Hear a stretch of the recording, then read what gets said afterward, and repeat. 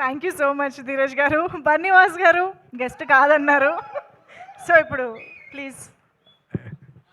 వాసు గారు ఇప్పుడు ఒక అగ్రెసివ్ స్పీచ్ ఇస్తారు. లేదు, no controversies, nothing, very cool. ఆ కాంట్రవర్సీకి ఆయనతో తిట్టినని తిట్లు నేను మా ఫాదర్తో కూడా తినలేదు. అందుకని ఈరోజు ఒళ్ళు చాలా జాగ్రత్తగా దగ్గర పెట్టుకునే మాట్లాడతాను సార్. అందుకే టైట్ షర్ట్ కూడా వేసుకొచ్చాను సార్. వైరల్ ఇమ్మంటారు, మళ్ళీ ఆయన వైర్ పెట్టి కొడతారు తర్వాత. సో ఇంకొక అట్లీస్ట్ 4-5 నెలలు no virals, nothing, only viral ఫీవర్లు వస్తున్నాయి ఈ మధ్యలో.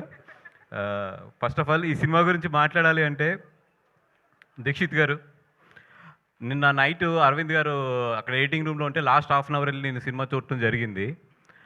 అంటే సినిమా ముందు ఏంటి అన్నీ ఇంకా చూడలేదు కాబట్టి దాని గురించి మాట్లాడతాం కన్నా కూడా లాస్ట్ హాఫ్ అన్ అవర్ నేను చూసింది అయితే నాకు ఆయన అయితే బ్రెయిన్లోంచి పోవట్లేదు లాస్ట్ నైట్. అంటే నేను బయటకు వచ్చిన తర్వాత మీ మీద ఎంత కోపం వచ్చిందంటే ఆ క్యారెక్టర్లోని, అంటే ఏసైనా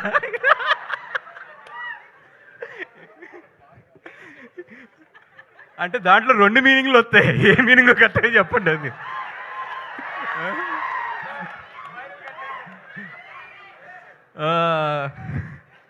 సరే సార్,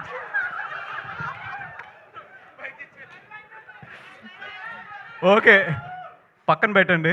పెడితే సెకండ్ థింగ్, ఈ సినిమా దీక్షిత్ అంటే నేను చెప్పాను కదా అంత ఇంటెన్సిటీ ఉంటుంది లాస్ట్ నేను చూసిన హాఫ్ అన్ అవర్ అయితే.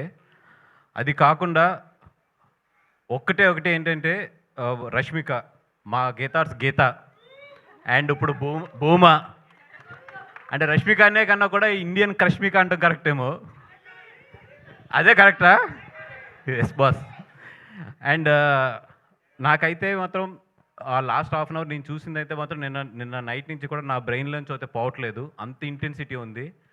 ఒకటే నేను క్లియర్గా చెప్పగలను, థియేటర్లో కూర్చున్న 50% to 60% ఆఫ్ అమ్మాయిల కథ ఇది.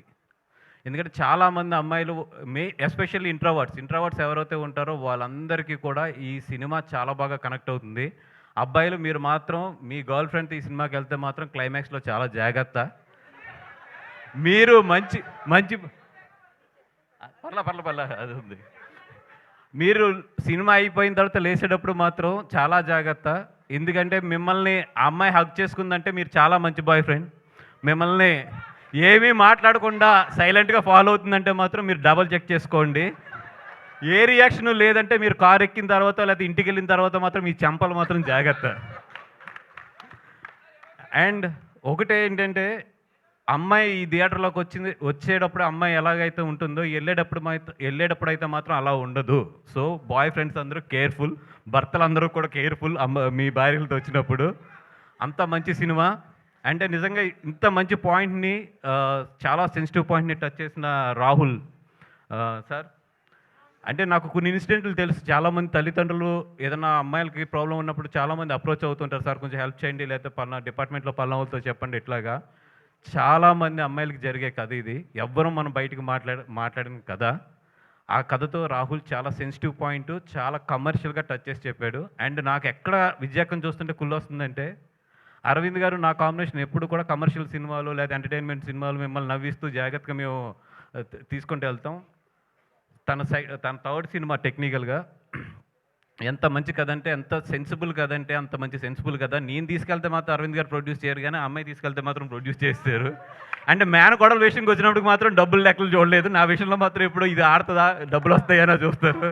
ఇది అన్యాయం సార్, ఇది అన్యాయం సార్. ఎందుకంటే ఈ సినిమాకి డెఫినెట్గా అవార్డు వస్తుంది.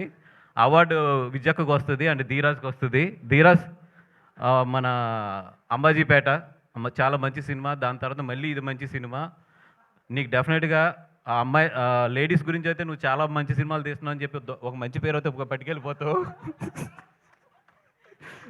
మంచి పేరు అయితే పట్టుకెళ్ళిపోతావు. అండ్ అరవింద్ గారు సార్, ఆడు ఎలాగా mike star sir, SKN mike star, ఆడు ఎలాగా మైకులు పగలు కొట్టేస్తాడు, స్పీకర్లు పగిలిపోతాయి, ఓఫర్లు పగిలిపోతాయి, అన్నీ జరుగుతాయి. Yeah, thank you so much. SKN మాట్లాడాలన్నారంటే రే నీళ్ళు ఎంత తక్కువైంది వెనక్రమని చెప్పి ఆయన క్లారిటీగా చెప్పారు. Thank you so much bye. Thank you so much Vasu గారు. మాకు కావాల్సిన కంటెంట్ అయితే వచ్చేసింది.